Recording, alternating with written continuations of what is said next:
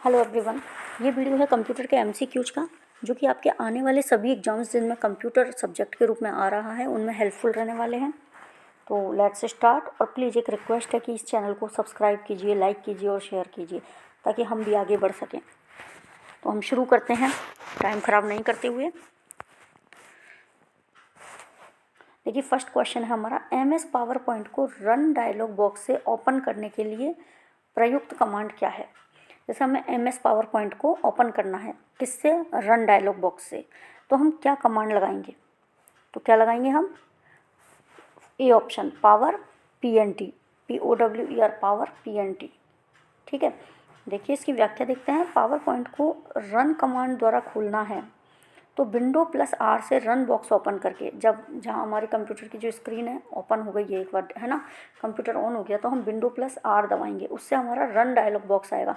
वहाँ से हम सीधे उसमें एंटर करके अपने पावर पॉइंट पर पहुँच सकते हैं। तो हम क्या डालेंगे? पावर PNT लिखकर ओके कर देंगे, तो क्या खुलेगा? पावर पॉइंट खुल जाएगा। नेक्स्ट देखिए, चार्ल्स बेबेज के संबंध में असत्य कथन है। चार्ल्स बेबेज के संबंध में असत्य कथन कौन सा है? देखिए, बेबेज को, मतलब चार्ल्स बेबेज को कंप्यूटर का जनक कहा जाता है। बिल्कुल सही है। बेबेज ने प्रोग्रामेबल कंप्यूटर की अवधारणा प्रस्तुत की है। ये भी बात सही है। कंप्यूटर के बुनियादी ढांचे को बेबेज ने विकसित किया। तो हमारा आंसर होगा इनमें से कोई नहीं। ठीक है, सारे ही कथन सत्य हैं। देखिए, बेबेज को कंप्यूटर का जनक कहा जाता है, इन्होंने प्रोग्रामेबल कंप्यूटर की अवधारणा प्रस्तुत की है और इन्होंने बुनियादी ढांचे को विकसित किया है, कंप्यूटर के बुनियादी ढांचे को। इसकी व्याख्या देख लेते हैं। अंग्रेज वैज्ञानिक एवं गणितज्ञ चार्ल्स बेबेज ने 1833 में एनालिटिकल इंजन, मतलब विश्लेषणात्मक इंजन का आविष्कार किया। एनालिटिकल इंजन को दुनिया के पहले विशेष प्रयोजन वाले मैकेनिकल कंप्यूटर के लिए जाना जाता है। नेक्स्ट देखते हैं, डाटा एवं सूचनाओं का संचरण क्या कहलाता है? ठीक है, data communication, data sending, data forwarding और डेटा ट्रांसफरिंग। तो डाटा और सूचनाओं का संचरण क्या कहलाएगा? हमारा डेटा कम्युनिकेशन कहलाएगा। ए ऑप्शन आएगा। ठीक है, विभिन्न प्रकार के डाटा और सूचनाएं इंटरनेट पर एक स्थान से दूसरे स्थान पर भेजी जाती है। इन डाटा और सूचनाओं को भेजने हेतु प्रयुक्त सिस्टम क्या कहलाएगा? कम्युनिकेशन सिस्टम कहलाएगा। एक चीज़ को एक से दूसरे को कम्युनिकेट करना मतलब भेजना, संचरण करना। डाटा कम्युनिकेशन में डाटा को अपलोड करना, क्षमता मापना, भेजना तथा प्राप्त करना शामिल है। नेक्स्ट देखते हैं, वर्तमान वेब को अपनी फेवरेट्स की सूची में डालने के लिए क्लिक करेंगे। वर्तमान जो वेब है उसको अपनी फेवरेट वाली सूची में डालना है, फेवरेट की लिस्ट में डालना है, तो हम क्या करेंगे? फेवरेट पर जाके ऐड टू फेवरेट पर करेंगे।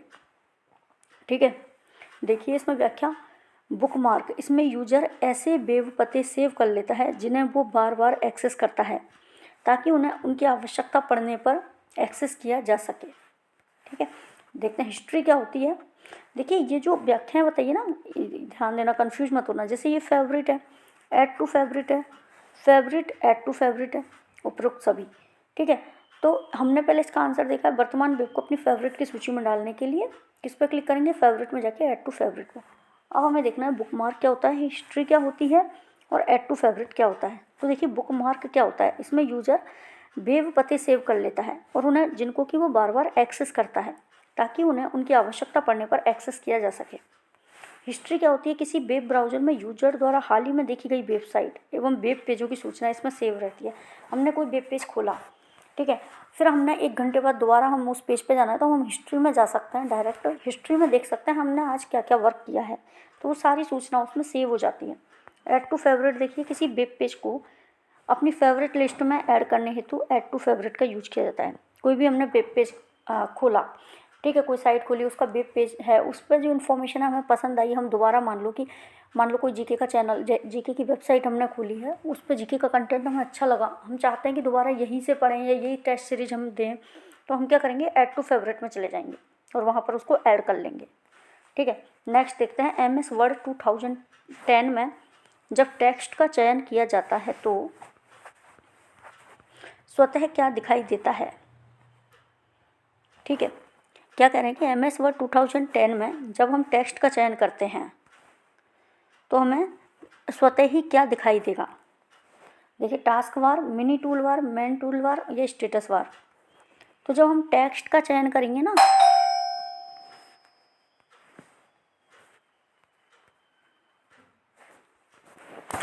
मिनी टूल बार दिखाई देती है ऑटोमेटिकली, ठीक है। एमएस वर्ड में टेक्स्ट का चयन करने पर स्वतः मिनी टूल बार दिखाई देती है। रास्ता खोजने के लिए किस मैप का प्रयोग किया जाता है? तो रास्ता खोजने के लिए हम किस मैप का प्रयोग करते हैं? गूगल मैप का। हम सभी यूज करते हैं इसको। तो तकनीक में प्रयुक्त गूगल मैप डिजिटल रूप से किसी वस्तु, स्थान, व्यक्ति की लोकेशन बताता है। नेक्स्ट क्वेश्चन देखिए, अगर आपको किसी सरकारी सेवा से संबंधित कोई समस्या है तो आप अपनी शिकायत दर्ज कर सकते हैं। कहाँ दर्ज करेंगे? भामाशाह पर, आधार पर, राजस्थान संपर्क, उपरोक्त सभी। तो यदि आपको किसी सरकारी सेवा से संबंधित कोई समस्या है तो आप अपनी शिकायत राजस्थान संपर्क विभाग में करेंगे। देखते हैं व्याख्या। राजस्थान का नागरिक उसे हो रही किसी भी परेशानी हेतु डिजिटल माध्यम से शिकायत दर्ज कराने हेतु 181 हेल्पलाइन 181 नंबर पर संपर्क पोर्टल आदि का उपयोग कर सकता है, ठीक है। नेक्स्ट क्वेश्चन देखिए, HTTP से क्या तात्पर्य है? HTTP से क्या तात्पर्य है? हाइपर टेक्स्ट ट्रांसफ़र प्रोटोकॉल, ठीक है। A option, hyper text transfer protocol HTTP। देखिए किसी वेब पेज के निर्माण में HTML भाषा प्रयुक्त होती है, ठीक है। किसी भी वेब पेज के निर्माण में कौन सी भाषा यूज होती है? HTML भाषा। HTML का पूर्ण नाम है हाइपर टेक्स्ट मार्कअप लैंग्वेज।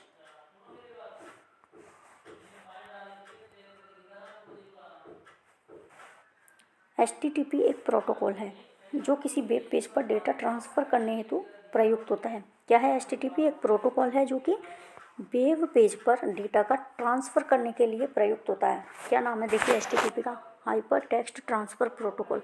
मतलब हाइपर टेक्स्ट को ट्रांसफ़र करना, क्लियर बता रहा है। तो डेटा को ट्रांसफ़र करने के लिए प्रयुक्त होता है, ठीक है। डाटा ट्रांसमिट करने हेतु जिन कमांड का और निर्देशों का पालन किया जाता है वो HTTP के द्वारा ही बनते हैं और इसका पूर्ण नाम क्या है? हाइपर टेक्स्ट ट्रांसफ़र प्रोटोकॉल है। नेक्स्ट क्वेश्चन है हमारा, एक सामान्य कीबोर्ड पर कुल बटन्स की संख्या कितनी होती है?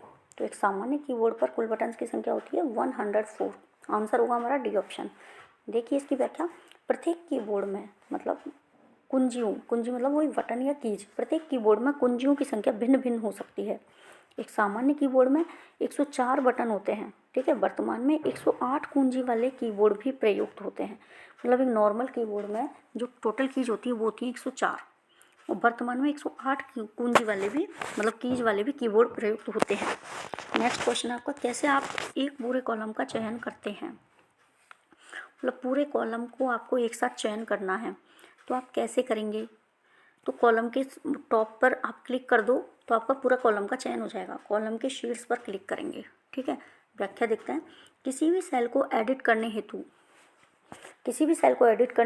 F2 की सेल पर डबल क्लिक एवं फॉर्मूला बार के विकल्पों का प्रयोग होता है तथा पूरे कॉलम को सेलेक्ट करने हेतु कॉलम के शीर्ष पर क्लिक किया जाता है। क्या करें? किसी भी सेल को, एक तो हम एक पर्टिकुलर सेल की बात कर रहे हैं, किसी भी सेल को एडिट करने के लिए F2 की पर डबल क्लिक करो और फॉर्मूला बार के विकल्पों का प्रयोग करो, ठीक है। पूरे कॉलम को सेलेक्ट करना है तो कॉलम के शीर्ष पर क्लिक कर दो। अब हमारा क्वेश्चन है NIC का पूर्ण नाम क्या है, ठीक है।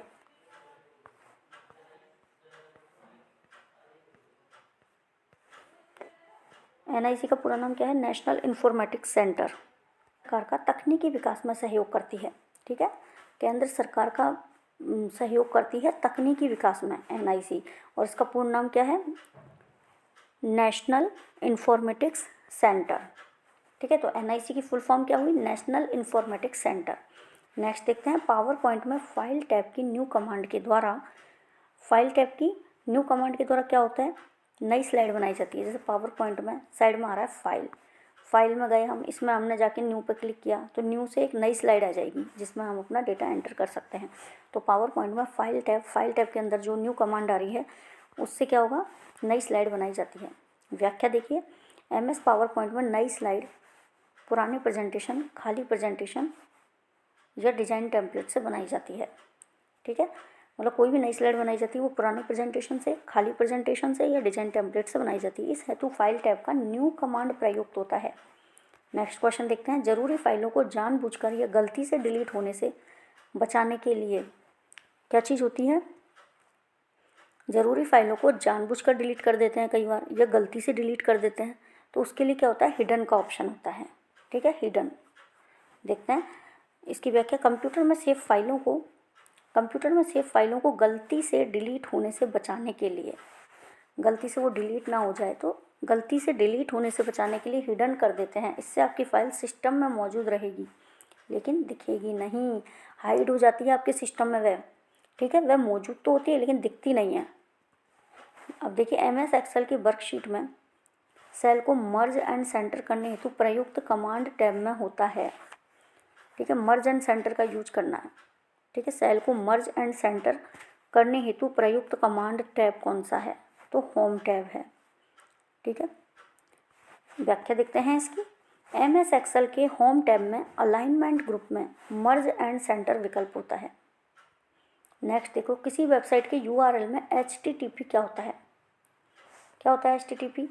देखिए, डोमेन नेम, वेबसाइट का प्रकार, प्रोटोकॉल या नन ऑफ दीज। तो HTTP क्या है? प्रोटोकॉल है HTTP, तो hyper text transfer protocol. Last में क्या आ रहा है? P से प्रोटोकॉल। तो किसी वेबसाइट के URL में HTTP क्या है? प्रोटोकॉल है। नेक्स्ट देखते हैं, URL वर्ल्ड वाइड वेब पर किसी वेबसाइट का वैश्विक यूनिक एड्रेस होता है, ठीक है। वर्ल्ड वाइड वेब पर www पर किसी वेबसाइट का वैश्विक या यूनिक एड्रेस होता है URL, जो उस वेबसाइट को पहचानने और कंप्यूटर नेटवर्क पर उस वेबसाइट तक पहुंचने में सहायता करता है। URL का पूर्ण रूप क्या है? Uniform resource locator. URL का पूर्ण रूप यूनिफॉर्म रिसोर्स लोकेटर। ये क्या होता है? वैश्विक और यूनिक एड्रेस होता है, जो कि वर्ल्ड में किसी एक पर्सन के पास होता है, मतलब एक फाइल का एक ही एड्रेस होगा URL, ठीक है। ये होता है, जैसे ये दे रखा है आपको www.google.com। ये पूरा ना, ये जो एड्रेस है ये पूरा एक ही है, ये ऐसा दूसरा नहीं मिलेगा आपको कि दूसरी किसी फाइल का रख दे कोई, ऐसा नहीं हो सकता, ठीक है। नेक्स्ट क्वेश्चन देखते हैं हम। वर्तमान में प्रयुक्त फाइल प्रणाली NTFS के अनुसार उपयोगकर्ता फाइल को नाम देते समय किन कैरेक्टर का उपयोग कर सकता है, ठीक है। ये कह रहे हैं कि वर्तमान में जो फाइल प्रणाली प्रयुक्त की जाती है NTFS, उसके अनुसार उपयोगकर्ता फाइल को जब कोई नाम देगा तो उस समय कौन से कैरेक्टर्स का उपयोग कर सकता है। तो देखिए, प्लस का कर सकता है, हैश का कर सकता है और परसेंटेज का कर सकता है। तो हम तीनों ही कर सकते हैं, उपरोक्त सभी। देखिए इसकी व्याख्या। फाइल नेम प्रयोक्ता कंप्यूटर में स्टोर करते समय किसी भी फाइल को जो नाम देता है वो फाइल नेम कहलाता है। फाइल नेम की शुरुआत अक्षर एवं अंक से होती है, ठीक है। अक्षरांकीय वर्ण मतलब अक्षर प्लस अंक के वर्ण से होती है। या तो हम अक्षर से शुरुआत करेंगे, है ना, या हम अंक से करेंगे। FAT फाइल सिस्टम जो विंडोज़ 2000 के द्वारा इस्तेमाल में लाया गया, तब से फाइल नाम 255 कैरेक्टर का हो सकता है, ठीक है। जब से FAT फाइल सिस्टम यूज किया गया तब से फाइल नेम 255 कैरेक्टर्स का हो सकता है फाइल नेम, ठीक है। फाइल को नाम देते समय हम इन सारे प्रतीकों का यूज कर सकते हैं, जैसे ये ब्रैकेट है, ये स्लैश है, और ये क्या है? इक्वल टू, और ये वाला साइन जो आप मार्क है, क्वेश्चन मार्क आदि विशिष्ट प्रतीकों के प्रयोग में लाया जा सकता है। नेक्स्ट क्वेश्चन देखिए, MS वर्ड में इंसर्ट की गई टेबल में क्रम से कॉलम और रो की अधिकतम संख्या क्या है। तो देखिए, कॉलम तो कितने होते हैं? कॉलम तो होता है हमारा 63। कितने कॉलम होंगे? 63 कॉलम होंगे। और रो कितनी होंगी हमारी? 32,767, ठीक है। 63 हमारे कॉलम होते हैं और रो होती है 32,767। इंसर्ट टेबल देखिए, किसी डेटा या किसी सूचना को व्यवस्थित प्रारूप में दिखाने के लिए रो एवं कॉलम का समूह टेबल कहलाता है। ये कह रहे हैं कि टेबल क्या होता है। टेबल इंसर्ट करते हैं हम, इंसर्ट में जो टूल आता है उसके अंदर टेबल के थ्रू हम टेबल को इंसर्ट करते हैं। वो किस लिए किया जाता है? ताकि कोई रो और कॉलम का समूह उसके माध्यम से हम किसी भी डेटा को या सूचना को व्यवस्थित प्रारूप में दिखा सकते हैं, इसलिए किया जाता है, ठीक है। MS वर्ड में टेबल इंसर्ट टेबल कमांड द्वारा इंसर्ट की जाती है। टेबल में अधिकतम रो कितनी होती है? 32,767 और 63 कॉलम हो सकते हैं। MS वर्ड में इंसर्ट की गई टेबल के चारों तरफ बॉर्डर होता है, उसे ऑल बॉर्डर कहते हैं। टेबल में रो एवं कॉलम के मिलने से सेल बनता है। जैसे यहाँ से देखिए ये कॉलम मिला और यहाँ से ये रो मिली, ठीक है। तो ये जो एक बनेगा ये क्या होगा? ये होगा सेल, ठीक है। नेक्स्ट क्वेश्चन देखिए, डेटा के मापन के लिए प्रयुक्त होने वाली सबसे छोटी इकाई कौन सी है? तो कौन सी है? बिट। डेटा के मापने के लिए प्रयुक्त होने वाली सबसे छोटी इकाई होगी बिट। कंप्यूटर सिस्टम में मेमोरी या डेटा मापन की सबसे छोटी इकाई बिट होती है। बिट में 0 एवं 1 होते हैं। ठीक है, मेमोरी की या डेटा मापन की सबसे छोटी इकाई है बिट, इसमें 0 और 1 होते हैं। बिट डेटा के संग्रहण हेतु फ्लिप फ्लॉप प्रयुक्त होते हैं। तो ये थे हमारे कंप्यूटर के MCQs। Thank you.